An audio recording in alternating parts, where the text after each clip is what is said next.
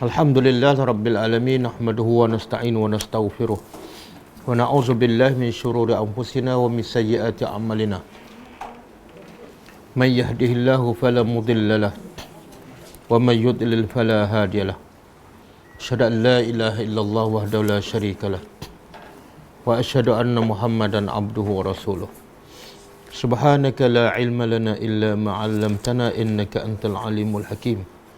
Allahumma 'allimna ma yanfa'una wanfa'na bima 'allamtana wa zidna ilma. Rabbi yassir wa la tu'assir, Rabbi tammi bil khair, amma ba'du. Okey, kita mula dengan kitab Syarah Bulughul Maram, kitab As-Salat. Semua ada buku? Ada? Ada tak ada?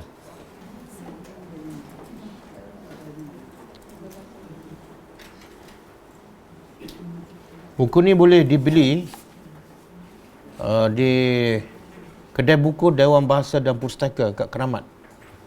AU apa? AU 5 ke?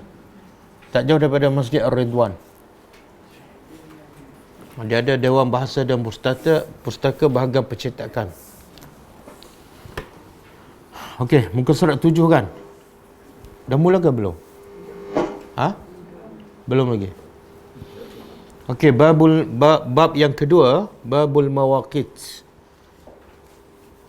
Waktu-waktu solat. Definisi al-mawaqit, perkataan mawaqit ialah jamak plural kepada perkataan miqat. Kita biasa dengar miqat ni iaitu tempat kan? Tempat bila sesiapa nak melakukan umrah ataupun haji, dia ada tempat permulaan untuk berniat kan? Tempat tu dipanggil miqat. Jadi miqat ni dia sebenarnya boleh jadi maksud tempat, boleh jadi maksud dia waktu. Jadi tengok konteks ayat. Kalau miqat solat, makna dia tempat solat ke waktu solat? Waktu solat. Kalau miqat haji dan umrah, makna dia tempat. Jadi perkataan sama tapi berbeza maksudnya bergantung penggunaan di dalam ayat. Jadi jamak kepada perkataan miqat dari sudut bahasa mawaqit bermaksud tahdid. Tahdid mana? Pembatasan. Daripada perkataan hudud. Hadda hudud. Tahdid mana? Pembatasan ataupun penetapan serta batasan. Manakala dari sudut istilah syarak pula bermaksud waktu. Sebenarnya miqat ni daripada perkataan waktu. Waktu-waktu tu dalam bahasa apa? Waktu. Waktu bahasa Arab. Bahasa Melayu apa dia? Masa kan? Telah tiba waktu solat. Cakap Arab kan Melayu? Tak, separuh Melayu, separuh Arab. Telah tiba Melayu, waktu solat Arab. Okey. Waktu solat adalah salah satu syarat sah solat yang terpenting. Maknanya kalau tak masuk waktu kita dah solat, solat tidak sah. Oleh itu wajib memelihara waktu solat agar kita tidak tergolong dalam kalangan mereka yang mengabaikan solat, sekalipun hanya dengan melewatkan solat. Pernah tak orang solat sebelum waktu solat? Pernah tak? Makna dia solat zuhur sebelum waktu zuhur. Solat subuh sebelum waktu subuh. Pernah? Tak, solat fardu lah ni. Solat sunat pun tak boleh. Kena tunggu masuk waktu dulu, kan?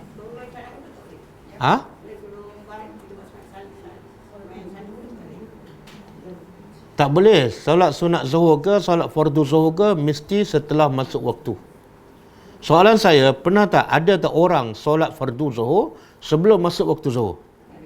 Tak ada kan? Tapi ramai tak orang solat zuhur selepas waktu zuhur? Tu ramai kan? Yang mana satu betul? Solat sebelum waktu ke solat selepas waktu? Dua-dua? Makcik faham baik soalan. Yang mana betul? Solat zuhur sebelum masuk waktu dengan solat zuhur setelah habis waktu. Yang mana betul?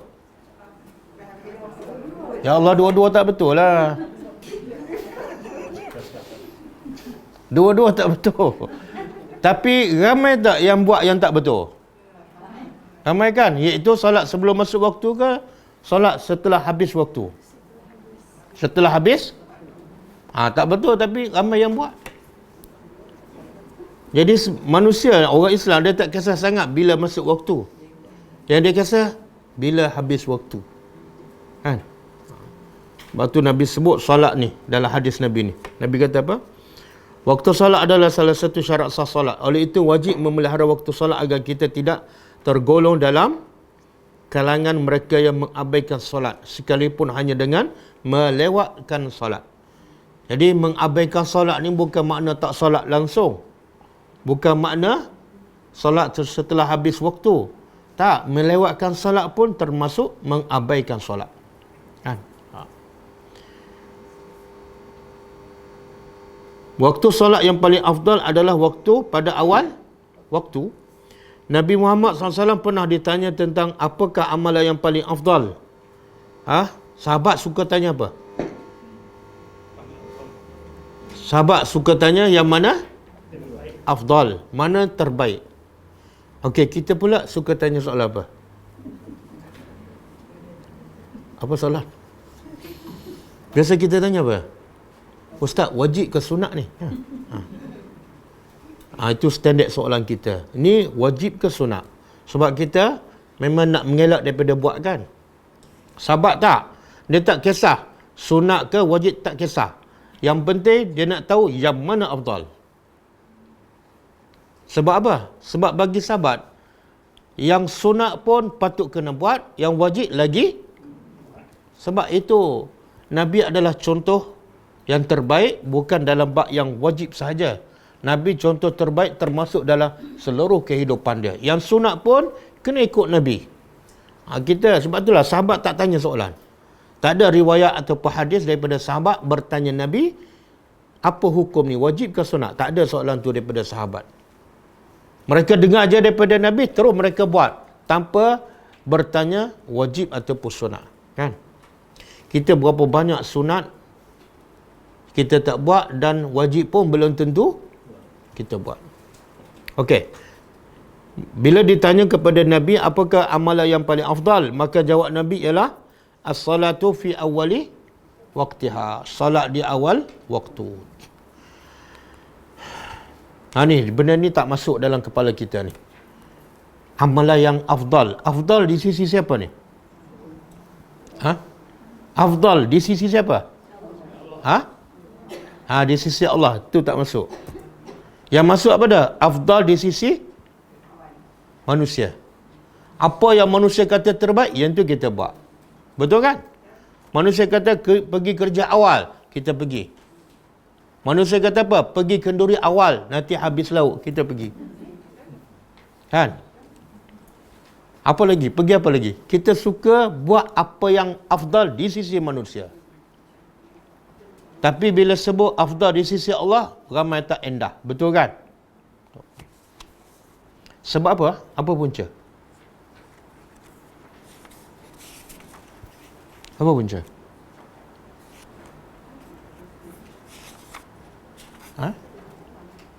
Tak pernah terfikir? Apa dia?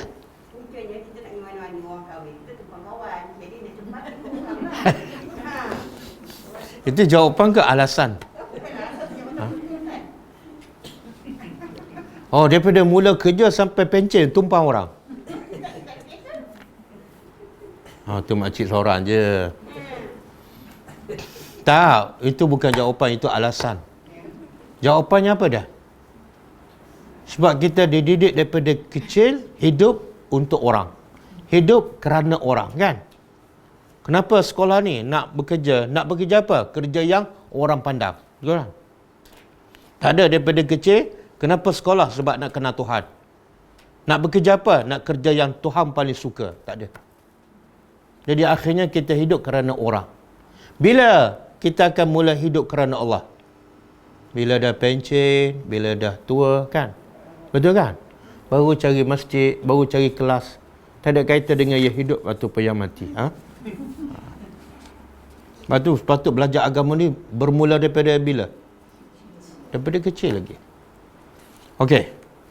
Dalil pensyariatan waktu solat. Ibadah solat fardu mempunyai waktunya tersendiri. Tidak sah solat kalau sekiranya dilakukan sebelum waktunya. Begitu juga menangguhkan solat tanpa keuzuran syarak, sehingga luput waktu pun adalah dilarang. Sengaja melewatkan solat sampai habis waktu. Bahkan ulama mentafsirkan ayat fawailun lil musallin. Celakalah bagi orang yang solat. Siapa ni? Salah satu kata ahli tafsir, yang celaka solat tapi celaka ialah orang yang solat setelah habis waktu. Subuh dia solat bila? Pukul 7.30. Dah habis waktu kan? Orang ni solat dia, Allah kata fawailun, celaka. Maghrib dia solat bila? Dah masuk waktu Isya. Asar bila dia solat? Dah masuk waktu Maghrib. Ini solat yang wailun. Solat yang wailun.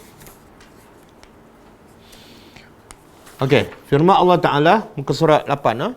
A'udzubillahi minasyaitonirrajim. Innas salata kanat 'alal mu'minina kitaban mawquta. Maksudnya sesungguhnya salat itu adalah satu ketetapan yang diwajibkan ke atas orang yang beriman, yang tertentu waktunya. Jadi solat ni Allah kata apa? Telah ditetapkan waktu. Jadi tak perlu kita ubah. Tak perlu kita ubah. Dan bermakna juga jangan solat sampai habis waktu. Jangan solat sampai habis waktu. Semua orang tahu tak masuk waktu zuhur bila, waktu asar bila, waktu subuh? Semua orang tahu kan?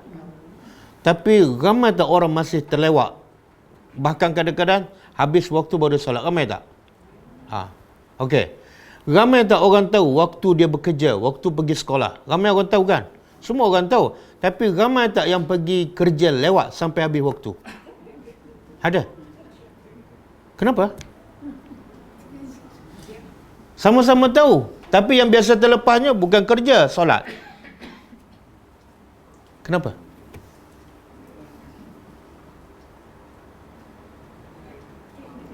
Makcik nak jawab. Makcik yang tak ada kereta tu. Kenapa? Semua sama tahu. Waktu kerja tahu, waktu solat tahu. Tapi yang biasa terlepas waktu solat. Kerja tak terlepas.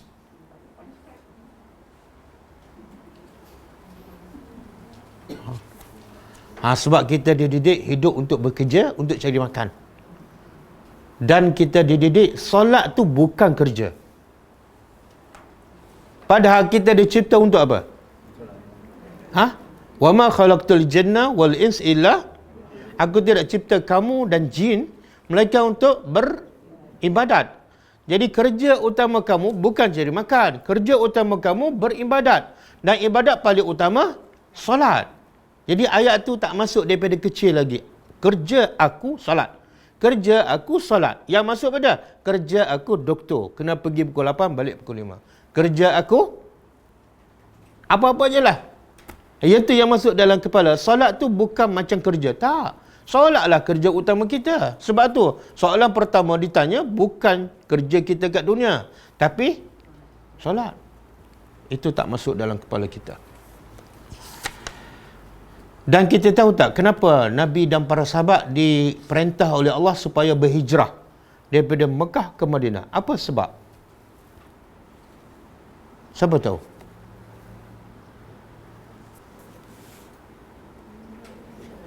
Kuat sikit. Kuat sikit. Apa dia? Tak bebas? Makna ibadat tak sempurna di Mekah. Maka sebab tu kena, bukan masalah rezeki, tak ada rezeki, susah nak cari kerja kat Mekah, Allah pun perintah Nabi dan sahabat berhijrah ke Madinah. Bukan tu sebab. Bukan. Betul kan? Okey.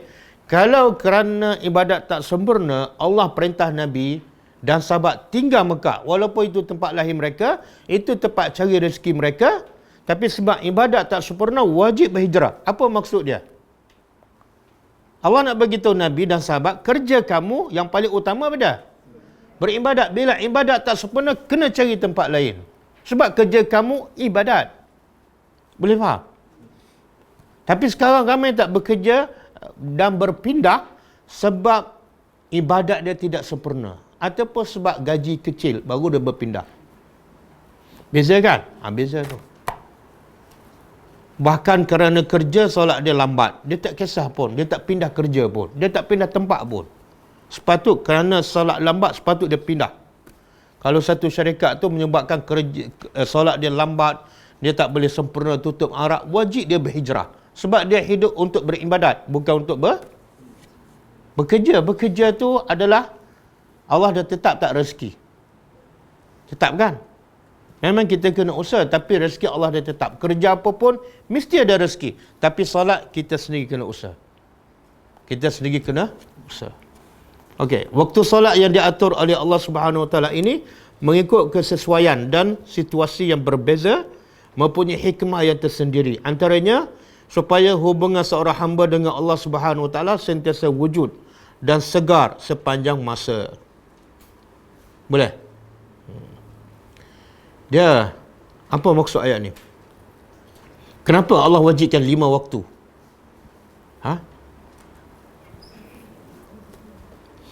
Ada tak sultan ke, raja ke, pemimpin ke, wajibkan rakyat dia menghadap dia 5 kali sehari? Ada ke? Tak ada kan? Okey, sultan dengan Tuhan mana lebih hebat? Tuhan. Mana lebih penyayang? Mana lebih kaya? Kenapa Tuhan yang begitu hebat wajib kita menghadap dia, jumpa dia 5 kali sehari? Sultan yang biasa tak jemput pun. Kadang-kadang setahun sekali pun tak ada kan? Apa maksud dia? Apa maksud dia?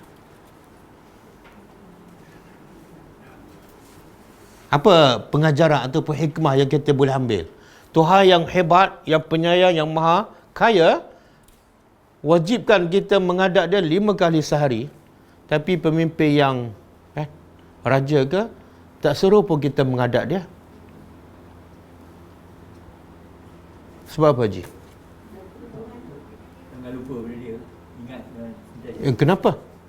Kan dalam satu buat solat tu pasal nak ingat Allah.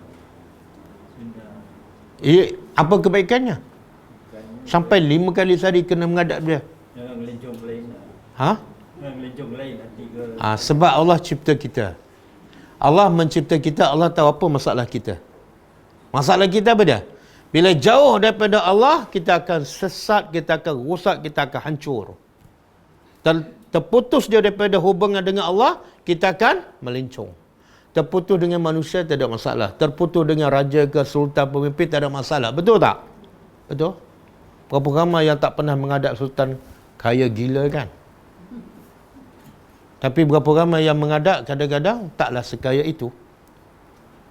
Jadi Allah mencipta manusia, Allah tahu apa masalah manusia. Masalah besar manusia ialah bila terputus dia dengan Allah, habis. Betul? Bila kita putus dengan Allah, agak-agak lah. Siapa yang kontrol kita? Syaitan nafsu kan?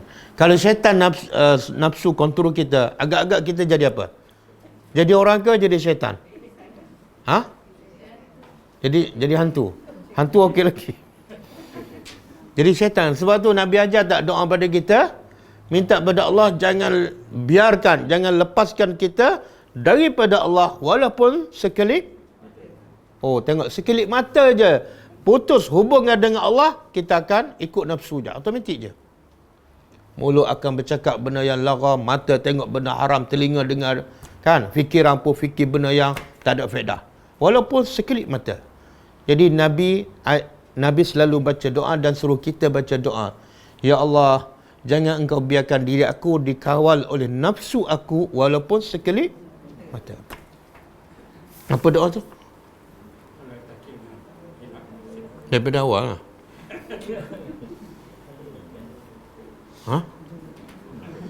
Tak ingat mana tak baca lah ni. Kalau tak baca memang dah terlepas ni. Bukan sekelip mata ni, satu hari. Kuat sikit.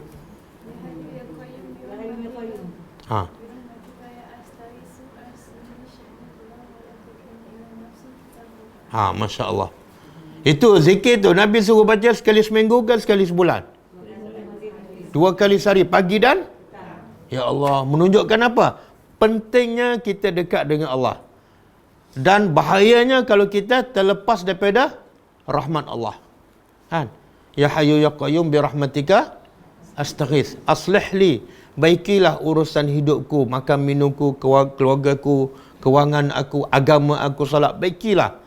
Dan wala takilni ila nafsi tarfata. Jangan serah diriku pada nafsuku walaupun sekelip mata. Jadi Allah Maha bijak. Sebab tu Allah kata, kamu kena menghadap aku 5 kali sehari. Kalau 4 kali je, tak cukup. Kalau 3 kali, lagi tak cukup. Kalau 5 kali tak solat, 1 hari tak solat langsung, oh, orang ni lagi bahaya. Memang dah masuk dalam kelab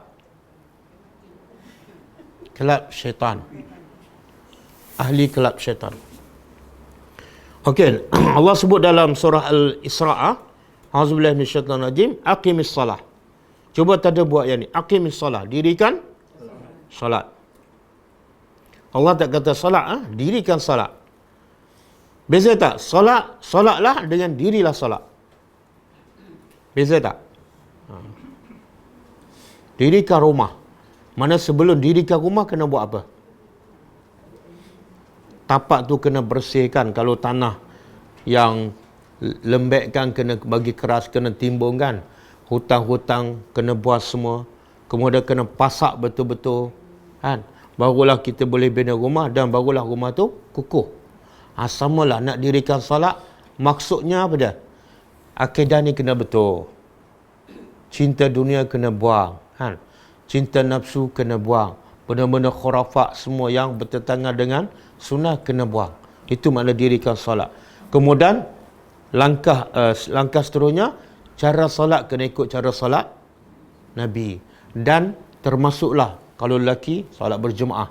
Itu maksud mendirikan salat. Barulah salat tu akan memberi kesan dalam kehidupan. Tapi kalau salat ikut orang ramai, dia bukan mendirikan salat, dia hanya salatlah. Tapi akhirnya wawailun lil musallin. Okey, dirikan salat liduluki syams. Duluk apa dia? Duluk. Duluk makna dia gelincir. Ketika gelincir matahari. Gelincir matahari bila? Waktu zuhur ke maghrib? Zuhur, kan? Makna lepas tengah hari tu mula gelincir matahari, dirikan salat. Salat apa? Zuhur. Sampai ghasaqil lail. Ghasaq apa dia? Ghasaq tak pernah dengar. Kalau ghasikin pernah? Ghasikin. Pernahkah? Ghasikin. Ghasikin iza waqab. Surah apa tu? Apa? Surah Ali Imran ke An-Nisa? Wa min syarri ghasikin Al-Falaq ke An-Nas? Nak tengok juga, nak confirm. Al-Falaq kan? Wa min syarri ghasikin. Okey, cuba terjemah sikit. Min dari syarri kejahatan. Ghasikin.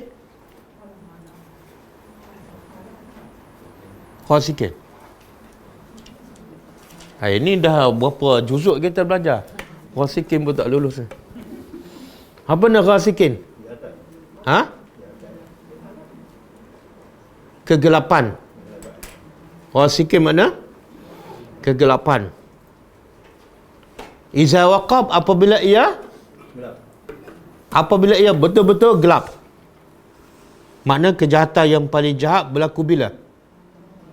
Tengah-tengah malam tu, kan? Okey. Jadi kalau ghasikin dalam surah Al-Falaq, makna dia kegelapan. Di sini apa makna dia? Daripada perkataan yang sama. Cuma iaitu ghasikin, iaitu ghasaq. Dirikan solat ketika gelincir matahari sehingga pertengahan malam. Ghasaqil lail, pertengahan malam. Jadi solat apa ni? Mula daripada gelincir matahari sampai pertengahan malam. Solat apa? Zuhur, Asar, Maghrib, Isya. Berapa waktu? 4 kan? Ada berapa satu lagi? Ada berapa solat lagi? Satu kan? Okey. Allah kata apa? Wa Qur'an al-fajri. Dan Allah kata solat fajar ke Quranul fajri? Tapi maksud dia ialah solat. Solat apa ni? Solat fajar. Kenapa Allah guna perkataan Quran, tak guna perkataan solat? Tengok bahasa Al-Quran. Bila Allah nak beritahu solat fajar tu ada maksud tertentu, Allah tukar perkataan. Quran apa makna? Bacaan. Jadi kenapa Allah guna, bila solat fajar je Allah guna perkataan baca. Solat zuhur, solat asar, maghrib, isya tak guna pun. Sebab kata ahli tafsir, di antara solat fardu ni yang Nabi paling lama baca, paling panjang baca ialah solat fajar. Nanti kita akan jumpa hadis. Nabi baca solat fajar ni antara 60 ayat hingga 100 ayat dalam satu rakaat. 60 hingga 100 ayat dalam satu rakaat. Kalau dua rakaat, lebih kurang 100 ataupun 200 ayat. Solat apa tu? Solat fajar. Sebab tu dipanggil Quran al-Fajri. Kita solat fajar berapa ayat baca? Berapa ayat? Haji biasa baca berapa ayat? Sejak PKP ni. Dia kalau PKP, tak ada PKP, dia solat Jumaat kan? Dia tak baca. Imam yang baca. Sekarang musim PKP ni ramai solat di rumah kan? Kan? Betul kan? Baca berapa ayat? 15 hingga 30. Satu rakaat ke dua rakaat?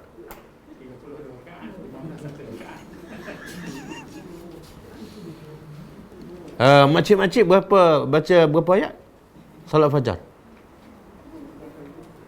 Oh, tak baca, ikut suami kan? Suami jadi imam. Itulah tahap iman kita kan. Daripada dulu sampai sekarang solat subuh sekitar 10-15 ayat je kan. Sebab itulah Nabi solat subuh, masa awal Nabi solat subuh di awal waktu, tengah gelap lagi, tak nampak apa lagi. Tapi bila selesai solat subuh, dah nampak orang, dah kenal siapa duduk sebelah dia. Faham tak? Mula solat gelap, tapi selesai solat dah cerah. Sahabat tengok siapa? Oh, kamu rupanya.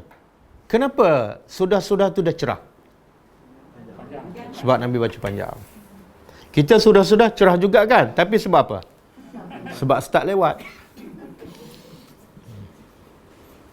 Okey, wa Quran al-Fajri, salat fajar, inna Quran al-Fajri kana mashhuda. Sesungguhnya salat fajar itu adalah disaksikan. Disaksikan oleh siapa? Malaikat. Oleh para malaikat. Solat lain pun malaikat saksi juga. Bukan makna solat waktu lain tak ada malaikat. Tak. Tapi yang paling istimewa ialah solat fajar. Sebab tu Nabi kata, siapa yang solat fajar berjemaah, seolah dia mendirikan sepanjang malam kan. Oh, istimewa tu. Sebenarnya dia tidur je lepas Isya sampai subuh, dia tidur je. Tapi bila azan subuh, dia pergi solat subuh berjemaah, maka dia dapat pahala solat sepanjang malam yang dia tidur tu. Oh, nikmatnya. Nikmat. Okey? Jadi sekarang ada berapa waktu solat ni dalam ayat ni? 5. Perasan tak ayat ni Allah sebut 4 waktu, Allah sebut seolah macam satu waktu, iaitu daripada gelincir matahari sampai ghasaqil lail kan? Satu waktu je, gelincir matahari sampai tengah malam. Ada di waktu itu 4 solat. Tapi bila nak sebut solat subuh, Allah sebut secara berasingan, iaitu wa Quran al-Fajri. Kenapa? Boleh tak Allah sebut macam ni? Aqimis salata liduluki syamsi ilal fajri. Dirikan solat daripada mula gelincir matahari sampailah terbit fajar. Maka dia merangkumi 5 waktu salat. Boleh kan? Tapi kenapa Allah asingkan? Yang 4 ni Allah sebut sekaligus satu waktu, Tapi bila subuh Allah sebut berasingan. Faham soalan? Faham? Apa jawapannya?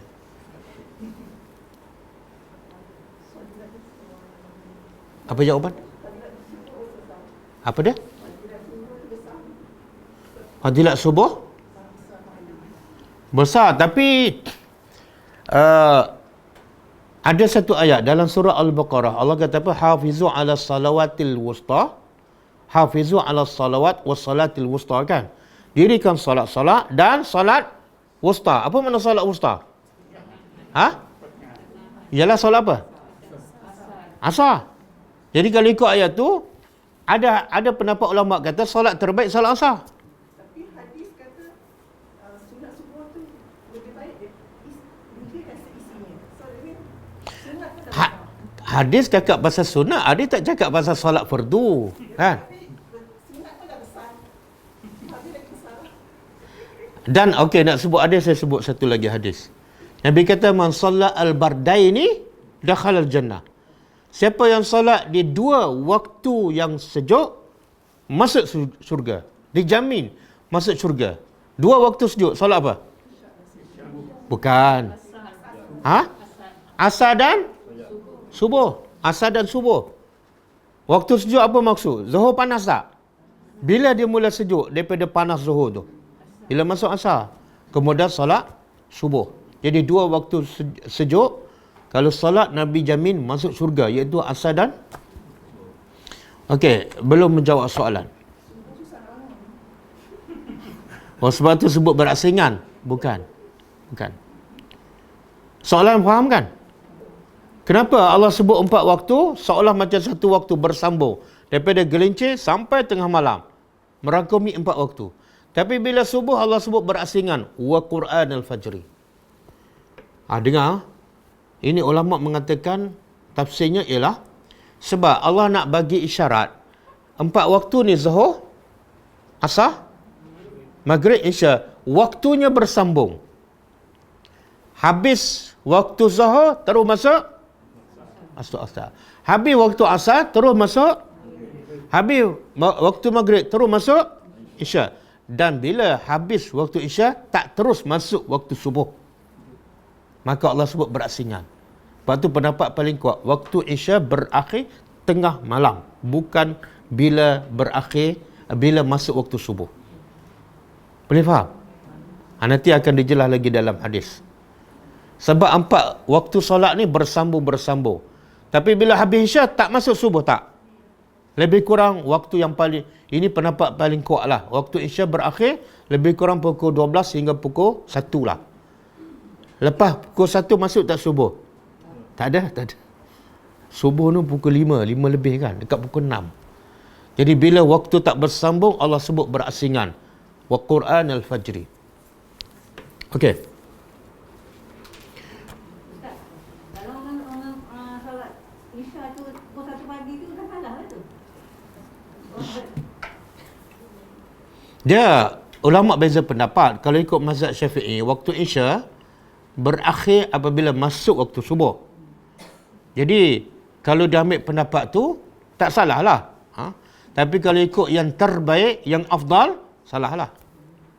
Sebab Nabi tak pernah solat isya pukul 1 pagi. Kemudian bahaya kalau dia tangguh solat isya sampai pukul 1 pagi, bahayanya apa? Takut dia mati pukul 12 tengah malam. Okey. Tapi Ustaz, isyak tu ada kata lewatkan sikit isyak. Lewatkan sikit. Ayat kad tu betul, lewat sikit. Kalau pukul 1 lewat banyak. Nanti Nabi akan sebut waktu terbaik lewat sikit. Ya. Sikit lebih kurang pukul 9, pukul 10. Tapi nanti kita akan jumpa Nabi melewatkan salat isya. Tahu tak sebab apa? Tak sama, tak tahu. Kita sikit-sikit lewat, hadis pun Nabi kata lewatkan bagus. Tapi sebab Nabi lewat kita tak tahu. Sebab Nabi lewat, sebab sahabat lambat. Nanti kita akan baca hadis. Bila sahabat dah berkumpul awal, qamat dan Nabi solat isya awal. Tapi bila Nabi keluar, sahabat tak datang. Ataupun tak datang ramai. Nabi tunggu sampai lewat. Mereka tetap solat berjemaah walaupun lewat. Dan sebabnya, sebab sahabat lewat berkumpul. Faham? Kita pula lewat solat Isya sebab apa? Itu bukan ikut sunnah Nabi. Bukan ikut sunnah Nabi.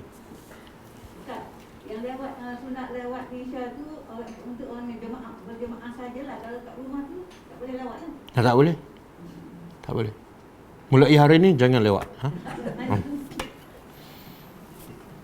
Dia sebenarnya saya nak tanya satu je. Kenapa kita nak lewatkan jumpa Allah? Kenapa? Isu dia bukan solat lambat. Solat nak jumpa Allah. Lewat nak jumpa Allah. Kenapa? Jumpa Allah bagus tak? Kita jumpa suami, bagus awal ke bagus lewat? Tengok, jumpa suami pun nak jumpa awal. Ini Tuhan pada suami nak jumpa lewat. Tak masuk akal. Dia yang mencipta kita, dia yang bagi rezeki, dia bagi kita sihat. Tiba-tiba nak jumpa Tuhan tu lewat. Tak masuk akal langsung. Tak masuk akal. Kalau siapa solat lewat, bagi tahu pada abang. Abang, saya nak jumpa abang lewat. Sebab saya jumpa Tuhan saya pun lewat. Baru betul. Okey, kita ambil. Ayat di atas menjelaskan secara umum tentang waktu solat. Ia bermula setelah gelincir matahari sehingga pertengahan malam. Pertengahan malam. Merangkumi waktu solat zuhur, asar, maghrib dan isya. Seterusnya solat fajar yang disebut secara berasingan. Kesemua waktu solat ini ditetapkan menurut perubahan matahari. Kan? Kadang-kadang waktu subuh lewat, kadang-kadang awal. Oleh sebab waktu solat tidak dijelaskan secara terperinci dalam Al-Quran, maka sunnah berperanan. Ini penting sunnah Nabi. Kalau ambil Quran saja, Islam kita tak lengkap. Kan? Islam, Quran tak sebut solat zuhur berapa rakaat, solat subuh berapa rakaat kan. Oleh sebab itu, sunnah berperanan menjelaskan waktu solat secara terperinci sebagaimana dalam hadis berikut. Kita baca satu hadis, kita baca maksud dia. Daripada Abdullah bin Amr radhiyallahu anhu bahawa Rasulullah SAW bersabda, waktu salat zuhur adalah apabila tergelincir matahari dan bayangan seseorang ataupun suatu benda sama panjang dengan bentuk asalnya. Boleh? Bila masuk waktu zuhur, kita jam tak ada. Ini zaman-zaman dululah kan. Jadi kita nak tahu, kita duduk tengah panas, lepas tu tengok bayang kita. Kalau tinggi kita 15 inci, bayang pun. Kalau bayang kita 14 inci, jangan solat lagi. Okey. Kemudian, selagi belum masuk waktu asar. Waktu solat asar pula berterusan selagi matahari belum menguning. Dan waktu salat maghrib pula berterusan selagi syafaq. Syafaq ni warna merah. Belum hilang. Bila warna merah ataupun syafaq telah hilang, masuklah waktu Isya. Tengok waktu Isya. Waktu Isya pula berterusan sehingga, cuba tengok hadis ni. Ini hadis Nabi ni. Waktu Isya berterusan sehingga separuh pertengahan malam. Kan? Hadis ni menjelaskan lagi maksud ayat Quran tadi, iaitu waktu Isya berakhir di pertengahan malam. Hadis ni Nabi tak kata Isya berakhir bila masuk waktu subuh, tak. Waktu subuh bermula daripada terbitnya fajar selagi belum terbitnya matahari. Jadi waktu subuh ni pendek je kan, terbit matahari habis. Tapi bila kita dah bangun terbit matahari, boleh lagi tak salat subuh? Boleh kah? Boleh kan? Tapi anak-anak kadang-kadang budak-budak sekolah kan, dia belajar daripada siapa tak tahu. Bila dia bangun, terbit matahari dia tak solat. Sebab apa? Dia kata, ustaz kata tak boleh solat sebab waktu subuh dah habis. Dia pun pergi sekolah tanpa solat subuh. Haram. Waktu subuh dah habis, tapi kamu wajib tetap solat. Kan Nabi kata, bila kamu tertidur, maka adalah kamu solat sebaik saja kamu bangun. Walaupun waktu dah habis. Okey, cukup lah kita baca satu hadis.